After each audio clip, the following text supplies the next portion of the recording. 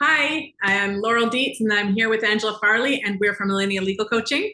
So here we are again for our twice monthly or bi-weekly divorce chat, where we talk about everything non-legal in your divorce that might cost you or cause you more trouble, and how we can fix it, I suppose, or whatever. The idea is to get you through to that divorce in the simplest and fastest way possible. And these are little tips and tricks and ideas and discussions about, stuff that we see come up on files all the time, patterns of behavior that we see happen all the time that really impede your progress to getting that resolution.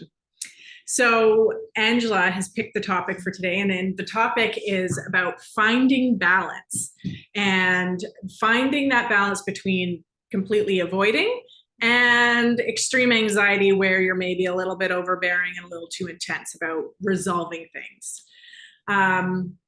So I don't know, Angela, what kind of, so people tend to be one or the other, or some people are in the middle, but people tend to verge on one side or the other, being an avoider or being an anxiety intense person. And I think actually Angela and I represent both sides there. So Angela, which one are you? I am most definitely the avoider. And I'm most definitely the anxious, let's get her done. And I just want to focus. Why haven't I had a response yet? Get back to me immediately, please. And so what we want is to converge somewhere in the middle where we can find that nice balance that means things are ticking along quite nicely, but we're not going overboard. But so Angela the avoider, tell me, give me an example in your life, maybe, of when you've avoided dealing with an issue and maybe what's happened. Sure. Okay. So, the examples are so many. How will I choose? Okay. So, for example, recently I had to send an email off, and it was sort of a topic and to a person that, I'm not really feeling very good about communicating with. But it was definitely an email that had to be sent. And I really struggled. Like I would set a deadline for myself, and then prior to the deadline being up, there I am scrubbing my bathroom floor and nowhere near writing an email. Cleaning your bathroom, that's definitely not something you want to be doing normally. Well, I do enjoy getting these terrible chores done when I'm avoiding. Like, I'm aware that I can't just function like that. I need to take steps and do this email. And so some things that I've found helpful recently is I will, if there's another person involved, or in this instance, it was one of my children. So I made a point to say to my child, I am going to send that email today. And, some accountability is what you're saying. Exactly. And you don't want to disappoint your lovely child, right? Like that's, they're going to hound you. Exactly. And I'm busy. I'm a single parent. And so, sometimes I don't get things done in a timely fashion. And so my child smiled at me and gave me this look like, sure, Mom. But, I could tell they were going to remind me. And so I think it was that made me think, no, I am doing this. And another thing I did too is I put in place a reward for myself. So, I said to reward. Yes, if when you send this email, then you can go and treat yourself to a delicious breakfast sandwich at the Morning People's food truck. And those sandwiches are so delicious. Wouldn't you know it, I got that email typed up and sent off and got my treat and made my child happy and felt some self-satisfaction. So there you go. That's to deal with the avoidance. And Angela, I've known you for a number of years now, and I can say you are an avoider. And so what you needed was a bit of a stick, which was you gave yourself some accountability, you gave yourself the stick, and so you saw that look of disbelief in your child's eyes. And then you gave yourself a carrot. And that's how you dealt with that avoidance. And I think actually the most important thing is like acknowledging which one you are. Because once you can see what you're doing, it's a lot easier to start saying, okay, I'm not going to be like that. Or I'm going to try to shift my behavior. So, I'm doing it again. Oops. Yeah, I'm doing it again. At least acknowledging that you're doing it is the first step to then not doing it. Yes. So we see this avoidance technique come up a lot. It comes up all the time on divorce files, right? So Yeah. where you have one spouse who wants to get stuff done because your life is held up, like housing prices are either increasing or they're decreasing, and you want to get the house sold quick while you can, and you want to qualify for a new mortgage, but your ex won't return your calls. Your ex won't negotiate. Your ex, it's not so much that they have any issue with and resolving things notionally. They just are finding it hard to actually bring themselves to actually confront the fact that their relationship is over and that they have to divide things. It is difficult, right? Like it's a negative, it can feel, there's all sorts of stigma around divorce. There's all sorts of like just negative emotion, and then just avoiding having to deal with it. It's much more fun to go play and have fun with your friends. That's right. Nobody wants to deal with comfortable feelings. No, exactly. And kind of watch your entire life around you change. And that is a challenge, obviously. Yeah.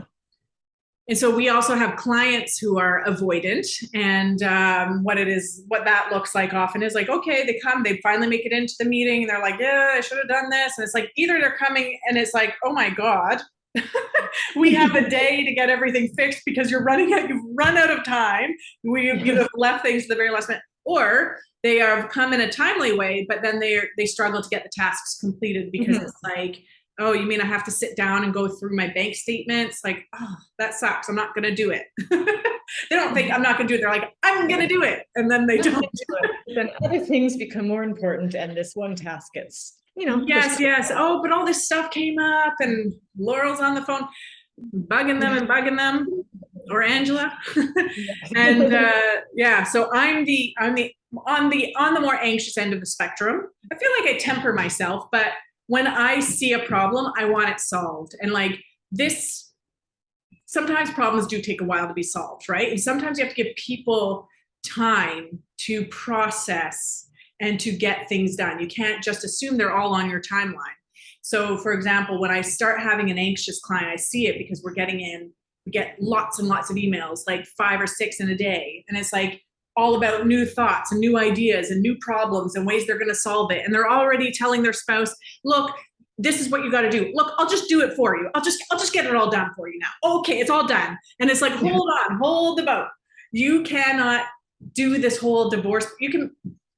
One person can decide to end the relationship, but it takes 2 people or one person at a court to actually negotiate or divide up assets, debts, pension, all that stuff, do all the legal stuff. You cannot do it completely on your own. It takes 2 to tango as far as the separation process goes. It only takes one person to end the relationship. Yes. So that's the thing, is like when you have this anxiety or anxious tendency to kind of get everything done, maybe you've always had to do everything before, or, and that's been the expectation during the relationship. Well, newsflash, like once you ended the relationship, the world shifted beneath your feet. You are no longer responsible for doing everything, nor are you able to do everything. It's just not in your hands. You do not have that power or control anymore. And so that is a real struggle for my anxious clients and for me, because when I see a problem, I'm like, oh, I want to call this lawyer, I want to get this done, and I'm calling and they're not answering because they're in court or they've got a million other things to do. They're not getting back to me. And I just like, it just gets at me, and I just want to poke. But thankfully, I've got Angela, who just says, we're going to get to that later. We'll get to that when we have time to get to that. I have not had a chance to do all the 5 million tasks you've already given me, Laurel. I need to do those, and then I'll do this new one. So I'm just trying to think, what other things can we recommend to people who are feeling more on the anxious side? Yes, yeah. I was going to ask you, do you have any sort of strategies for yourself when you're feeling like anxious and you want to get things done? I know you are a person that does just get things done, so maybe you don't have a strategy to stop that. Well, I think there's a difference between getting things done and going over the top, right? So I think maybe putting some limits on yourself, and I think that's what's worked well for some of our more anxious clients who are just like wanting to like right the ship, is don't send more than 1 email in a day, right? Yeah. Don't call a million times. If they called and they didn't pick up, leave a message. Send a text or send an email, just say, need to chat, give me a call back. Wait a few days, and then if they still haven't gotten back to you, you can follow up, right? And so sometimes what satisfies me, because if you're dealing with an avoider and you're just wanting to have confirmation when you want the answer from them, sometimes the answer is silence, and that's their way of saying no. And so what I would do in that case is kind of like say, I need an answer to this question. This is my question. I need an answer by this date. If I don't hear by this date, I'm going to do this. So you kind of lay out the plan in one email to them. You put it there and you wait. Yes. And that's the thing, is sit on your hands. I know you want to follow up, but like what causes you to keep driving is because you're like, for that, keep pushing, is because you don't know when you're going to get an answer. So if you tell them, answer this question by this date, or I'm going to do this, you have your answer ready to go in the event that they don't get back to you. That's right. And so it's those deadlines are kind of important. And then then you can rest, right? You can sit back. And so just generally, I guess, other than that, just like some rules of etiquette, which are like, don't harass someone. Don't send more than an email in a day. If you've got like so many big ideas, so many things that need to be resolved, not everything really needs to be resolved. Pick one, email about that one thing, deal with the rest later. That's right. And going to the, not emailing the person multiple times a day, like try to think about it as if you were emailing, a business associate. You would never bombard them with, 12 emails a day, right? The anxious person might. But you're right. Like, it's just, how would you feel if you got these 12 emails? You'd feel overloaded and overwhelmed, right? So I think you just have to have a rule to yourself that you're just not going to do it. And I like the deadline. I like the deadline strategy, because not only is it a deadline for the other person to respond to you by, it's also a deadline for yourself. So, because I'm assuming that the over the top is due to anxiety as well. Yeah. I mean, that's probably one of the reasons. Yeah. And so, if you've now put this deadline in for the other person, the deadline is there for you as well. I've done what I needed to do, and I've set a deadline. And so I can't take any more steps until that deadline is expired. So then, I can bring my, calm yourself down, know that, okay, I've done what I needed to do for now. And I know that on X date, I will then pick up this project again and continue. So to focus on something else for a bit. And then I think if you're still struggling, like, write everything down. If you need to just sit down and get it all out of your system, write it all down, but don't send it. Yes. You can portion it off. You can edit it later. You can come back to it, right?